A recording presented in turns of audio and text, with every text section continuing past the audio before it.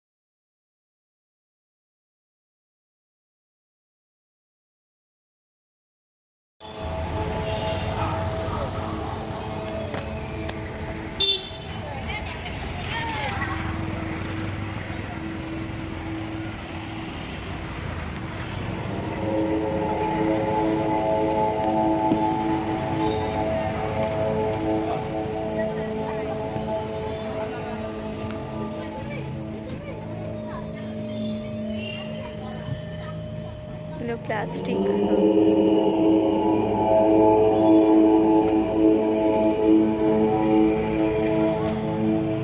ছেলে আর বাবা মিলে দুজনেই হাঁপিয়ে পড়েছে, তাই একটুখানি ওখানে বসে পড়েছে। আর আমাকে বলছে একটু ফটো তুলে দাও, কিন্তু ওখানে ফটো তুলতে গেলে পুরোটাই কালো লাগছিল। ওর আমরা চলে আসলাম বেহালা বরিশা ক্লাব। প্রত্যেক বছরের মতন এবছরেও এখানে থিম কিন্তু খুবই সুন্দর বানানো হয়েছে। আর আজকের থিম হচ্ছে জোকার সার্কাস। তো চলো বন্ধুরা, পুরো ভিডিওটা দেখতে থাকো। এগুলো তো হচ্ছে বড় বড় মণ্ডপ, এছাড়াও কিন্তু অনেক ছোট ছোট সুন্দর সুন্দর মণ্ডপও কিন্তু আমরা দেখেছি যাওয়ার পথে।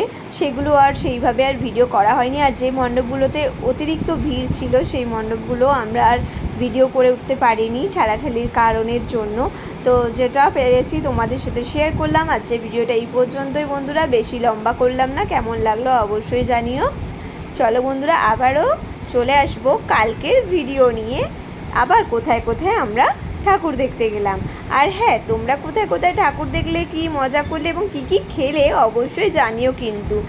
আর ঠাকুর দেখতে যাওয়ার আগে কিন্তু পেটটা খালি করেই বেরিও, কারণ রাস্তায় বেরিয়ে তো অনেক কিছু খেতে হবে, তাই না বলো বন্ধুরা?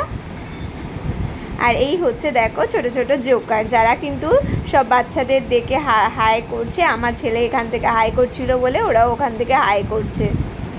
প্যান্ডেলের থিমের সাথে সাথে মায়ের মূর্তিও কিন্তু অসাধারণ দেখতে হয়েছে, একটু অন্যরকম। আজকে কিন্তু কোনো মায়ের হাতেই অস্ত্র দেওয়া হয়নি।